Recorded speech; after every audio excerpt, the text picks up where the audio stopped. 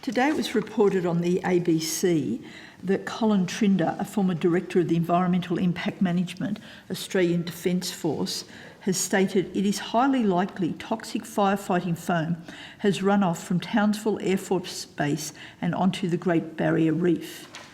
Is this something that you're aware of, and could you comment on your knowledge of this, please? Sorry, Senator, I'm not aware of an incident like that in the Townsville port. I can take on notice and correct that, but my understanding is no, we're not aware of it.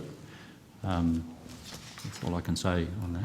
Okay, so if you could take it on notice. So could I just understand some of the process? So Mr. Trinder is a former director, so I guess there is a current director of environmental impact management for the ADF. Do you interact with these people? Do you have meetings with them about any possible impacts on ADF activities on the Great Barrier Reef? We do, Senator, typically around their major defence exercises, not in the Townsville area, in Shoalwater Bay and Talisman Sabre. A very close relationship in terms of risk assessments of their activities. If the spill was in Townsville Air Base, that essentially is connected to the reef through a wetland system, and we would look to the Queensland Environmental and Heritage Protection regulators to keep us informed of any potential risk to the reef. And I'm not aware of any discussions by our agency with the Air Force, the ADF, in relation to the operation of actual airfields. I'd say, Senator, the department engages very closely with the Defence Department around these matters, and so if you want to come back to that in item 1.6, we do that on these issues. Yes, no, I would appreciate to come back to it, but still to understand the process a little more. I think it was just stated that you would be relying on advice from the Queensland Government and from their environment departments? It could be either the Queensland Government or the Department, as Secretary has just outlined, if it triggered national acts or things that the Department... It's Commonwealth land, and so because it's Commonwealth land, then obviously the Commonwealth's involved, so that's how we work with Defence. Right, because I noticed in the opening statement you said about your increasing monitoring of the Great Barrier Reef was the words that I wrote down, and then later it was talked about your extensive work to improve water quality. So is it, and again, I'm really just trying to understand how it would work, and maybe to offer you some information about partly why I'm asking it, is that there's has been these toxic chemicals from the firefighting foam have now been detected in the water off Williamtown, and we've just had a big inquiry into it. And so now it's come up about Townsville as well.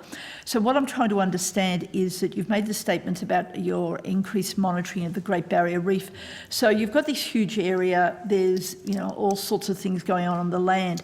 So are you actually monitoring, do you have spot checks on monitoring the quality of the water, or like how do you manage something like this, or are you really just relying on the State Department and like Commonwealth land, so therefore it's up to the Department of Defence to tell you? Are you proactive, or are you waiting for that information to come to you? Our responsibility is, of course, for the marine park, and our regulatory powers are for that area. Our risk assessments look at everything we can think of, including things that are happening outside the marine park but near, like water quality running off from the land to the sea, impacts of climate change, and there are many other potential risks, and they're documented in our Outlook report.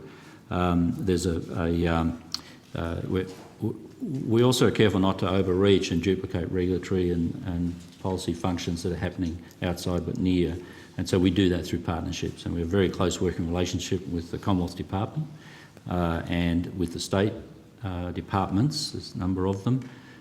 We're very active in marine monitoring, and I was referring to monitoring of the health of the marine system when I was speaking to the first point, and we coordinate, and we're well supported through the Reef Program, National Land Care, to conduct marine monitoring, and that's done regularly, and that informs the Reef Report Card that's a joint product of the two governments. So there's a number of ways that we get involved. But in the one you're drawing attention to is primarily land-based, and there are other jurisdictions who are better equipped to handle that, and we would use their reports and risk assessments when we put together the global picture. So just final question, though it's been reported on the ABC, former director in this important position, would you be, and I acknowledge it's Commonwealth land, etc., but would you then move to then initiate or ask for reports on the water quality around that base? Like, what will you now do, now you've been alerted to this, is now in the public domain? I would contact the experts in both the state and the Commonwealth and establish what's known already about the issue. Right, so which experts, please? The Commonwealth Department, Secretary is here, right, and his experts and officials, right, and their network of engagement throughout the Commonwealth, and also the Queensland through the Premier's Department, and also the Environment and Heritage Protection. It could go as far as the Queensland Park Service or even their Transport Department, right. with all of whom we have good links. Thank you very much.